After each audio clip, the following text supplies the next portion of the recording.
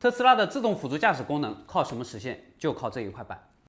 我们接下来来看一下啊，特斯拉的自动辅助驾驶电路板的话有哪些版本？这个是特斯拉的2.0的自动辅助驾驶电路板，这个是2.5，它有3个主芯片，这个是3.0的版本，这个是3.2，这个是3.5。那么从这个电路板上来看啊，这块板的话呢是 Model S 跟 Model X 的早期的版本，这个你看主要的主芯片也就只有一个啊，而且呢我们也对它进行了一个移植，做得非常漂亮，整个移植很到位啊。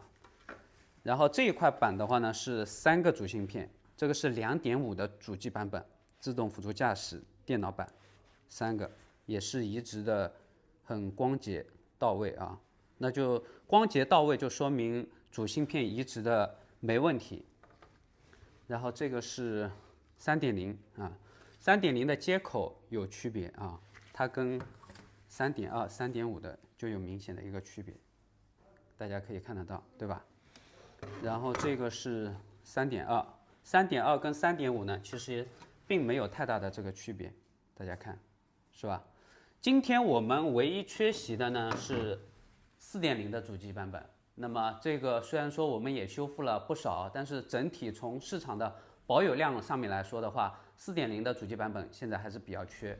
那么接下来如果说还有的话，再给大家出一集全家福。